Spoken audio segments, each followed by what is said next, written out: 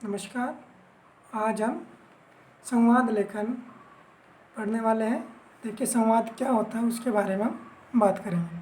संवाद लेखन, देखिए दो व्यक्ति आपस में कुछ बातें कर रहे हैं, ये आपस में क्या कर रहे हैं इसी के द्वारा हम देखते हैं कि किस तरह से हम बात करते हैं, बात करने का सही तरीका क्या है। उसी में देखिए आगे संवाद अर्थात वार्तालाप, हम जो बातें करते हैं या वार्तालाप। संवाद का मतलब होता है, संवाद शब्द सम प्लस वाद से बना है। अर्थात क्या बना है? सम प्लस वाद। सम का अर्थ होता है सम उपसर्ग है तथा वाद शब्द है। वाद का अर्थ हुआ कहा हुआ या कथन, जो भी कही हुई बात है उसके बारे में कहा गया। तथा सम का अर्थ है सम्यक रूप से, यानी समान रूप से कुछ जो बातें कही जाती है आपस में एक दूसरे को, उसको संवाद कहते हैं। इसका अर्थ है, संवाद का अर्थ है सम्यक बोलना या वार्तालाप या वार्ता या बातचीत। हम कई नामों से बोल सकते हैं इसको, सम्यक बोलना, वार्तालाप, वार्ता या बातचीत। संप्रेषण यानी जो विचारों के आदान प्रदान की आधारभूत इकाई संवाद है। अपने विचारों का आदान प्रदान करने के लिए आपस में बात करते हैं, यही संवाद है। बातचीत को लिखना संवाद लेखन कहलाता है। और वार्तालाप के लिए हमेशा कम से कम दो लोगों की आवश्यकता होती है, वक्ता और श्रोता। यहाँ वक्ता और श्रोता का अर्थ है, वक्ता यानी बोलने वाला और श्रोता यानी सुनने वाला। वक्ता अपने मन की बात को श्रोता तक पहुँचाता है और श्रोता सुनकर समझता है, फिर वह उत्तर देता है। यहाँ पर हम देखें कि वक्ता क्या करता है, अपने मन की बातों को श्रोता तक पहुँचाने के लिए क्या करता है, अपनी बातों को श्रोता तक पहुँचाता है। और श्रोता क्या करता है, सुनकर, यानी जो वक्ता बोलने वाले के द्वारा जो बात कही गई है उसको सुनकर समझता है और फिर वह उत्तर देता है। और अगली बात है कि वक्ता यानी बोलने वाला अपने विचारों को श्रोता तक पहुँचाने के लिए किसी न किसी कोड या भाषा का सहारा लेता है। यानी क्या होता है कि कहीं जब भी कोई बातचीत करने वाला व्यक्ति होता है, वो अपने विचारों को श्रोता तक पहुंचाने के लिए किसी न किसी भाषा या कोड का प्रयोग जरूर करता है। अब वो कोड और भाषा का मतलब क्या होता है, देखिए संप्रेषण अर्थात भेजना या आदान प्रदान करने के लिए ज़रूरी है, क्या ज़रूरी है कि श्रोता भी उस कोड से परिचित हो। ये सबसे अच्छी बात है, सबसे इम्पोर्टेंट बात है कि जब हम आदान प्रदान करना है तो जो वक्ता बोल रहा है उस कोड को श्रोता भी जानता हो, यानी श्रोता भी उस कोड से परिचित हो। नहीं तो क्या नहीं होगा, संप्रेषण नहीं होगा, आपस में आदान प्रदान नहीं होगा। इसी चीज़ को हम समझते हैं कि यहाँ पर दिया है वक्ता। वक्ता अपना संवाद या जो कोड है उसको श्रोता तक पहुँचाने के लिए क्या करता है, उपयोग करता है। फिर श्रोता उसको समझकर वापस से संदेश के रूप में, मैसेज के रूप में वक्ता तक पहुंचाता है।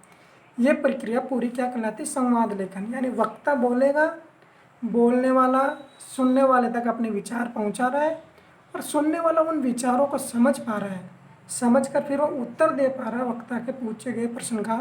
तो ये पूरी तरह से संवाद माना जाएगा। नहीं तो अगर श्रोता समझ नहीं पा रहा वक्ता की बात को तो ये संवाद नहीं होगा। यदि प्रेषित संदेश का कोड भाषा है तो उसके दो रूप हो सकते हैं। अब क्या कहा गया है, यदि प्रेषित यानी जो संदेश भेज रहे हैं उसका कोड भाषा है तो उसके दो रूप हो सकते हैं। कौन से हो सकते हैं, मौखिक और लिखित। इस तरह से दो रूप हो सकते हैं। मौखिक भाषा में क्या करेगा वक्ता, मौखिक भाषा में वक्ता अपनी बात को बोलकर श्रोता तक पहुंचाता है और जिससे सुनकर श्रोता ग्रहण करता है। अगली बात, यदि भाषा लिखित है तो लेखक अपनी बात लिखकर पाठक तक पहुंचाता है। और यदि संदेश मौखिक है तो श्रोता कान से सुनकर, और लिखित है तो आंखों से पढ़कर ग्रहण करता है। ये सब चीज़ें क्या है कि आपको ज़रूरी है, जानना ज़रूरी है कि अगर मौखिक है तो बोलकर हम अपनी बात श्रोता तक पहुंचा सकते हैं और श्रोता उसको सुनकर ग्रहण करेगा। और लिखित है तो लिखने वाला जो लेखक अपनी बात को लिखकर जो पढ़ने वाला पाठक वहाँ तक पहुँचाता है। मौखिक हम कान के द्वारा सुनकर ग्रहण करते हैं और जो लिखित होता है उसको आँखों के द्वारा पढ़कर ग्रहण करते हैं। यानी आँखें होना जरूरी है। कई बार जो संकेत भाषा होती है उसको कई बार जो ब्रेल लिपि वाले जो अंधे व्यक्ति होते हैं छूकर उसको ग्रहण करते हैं। वो अलग अलग तरीका है। अब देखिए संवाद लेखन के लिए आवश्यक बिंदु क्या क्या है, उन पर हम चर्चा करते हैं।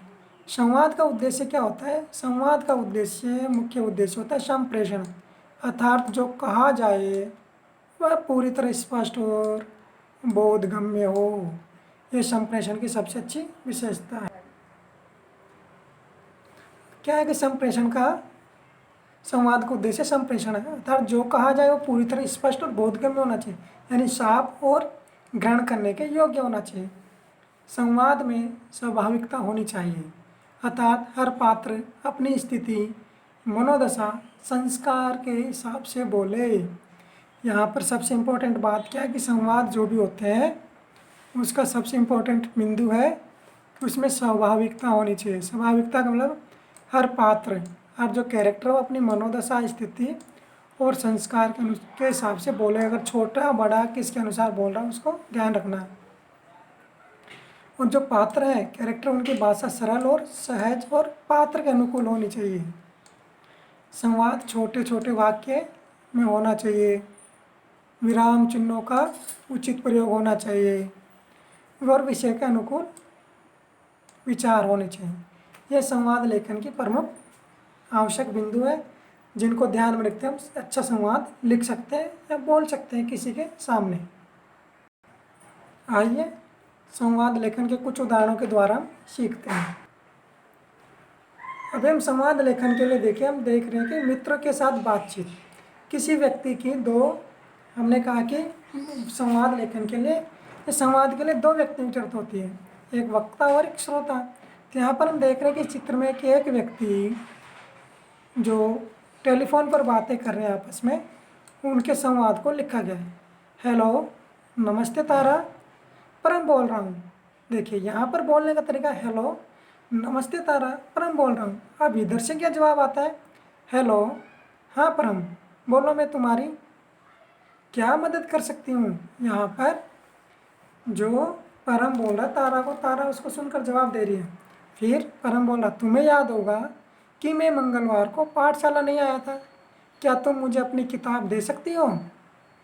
फिर तारा जवाब देती, हाँ जरूर, क्यों नहीं, कल मैं तुम्हारे घर मेरी किताब भिजवा दूंगी और कोई काम हो तो ज़रूर बताना। फिर बाद में परम बोलता है, ज़रूर, धन्यवाद तारा। तो इस तरह से एक सामान्य सा छोटा सा संवाद लिख सकते हैं, बातचीत करने का हम तरीका देख सकते हैं। अगला उदाहरण है कि नाव और पानी से संवाद कैसे होगा। देखिए नाव कैसे बोलेंगे, पानी भैया कैसे हो। नाव, अरे नाव मज़े में हूँ। क्या बोल रहे हैं कि अगर हम किसी निर्जीव वस्तु के बारे में भी संवाद करें तो पानी भैया कैसे हो, नाव बातें कर रही है और पानी बोल रहा, अरे नाव मज़े में हूँ। नाव, मैं सारा दिन तुम पर तैरती हूँ, तुम्हें कैसा लगता है? पानी, सच बताऊँ मुझे बहुत खुशी महसूस होती है। नाव, कैसे? वैसे तो लोग मुझे दूर से देखते हैं, लेकिन तुम पर बैठकर तो मेरी बहती लहरों तक भी पहुँचते हैं। पानी, तुम्हें मुझ पर तैरते हुए कैसा लगता है? पानी नाव से पूछा, तुम्हें मुझ पर तैरते हुए कैसा लगता है? तो नाव जवाब देती, बहुत अच्छा, तुमसे ही तो मेरा अस्तित्व है, क्योंकि बिना तुम्हारे तो मैं केवल लकड़ी का टुकड़ा हूँ। इस तरह से नाव और पानी आपस में बातें कर सकते हैं। यानी ये एक संवाद है कि एक निर्जीव वस्तु और के बीच में हम संवाद स्थापित कर सकते हैं। अगला एग्जाम्पल देखिए, उदाहरण, फूल और डाली से संवाद। फूल क्या बोलेगी, देखिए फूल डाली से बोल रहा है, फूल डाली, तुम पर मैं झूमता रहता हूँ, क्या तुम थकती नहीं हो? डाली, अरे फूल ये क्या कह रहे हो, तुमसे ही तो मेरी शोभा है। फूल, वह कैसे? डाली, तुम रंग बिरंगे रंगों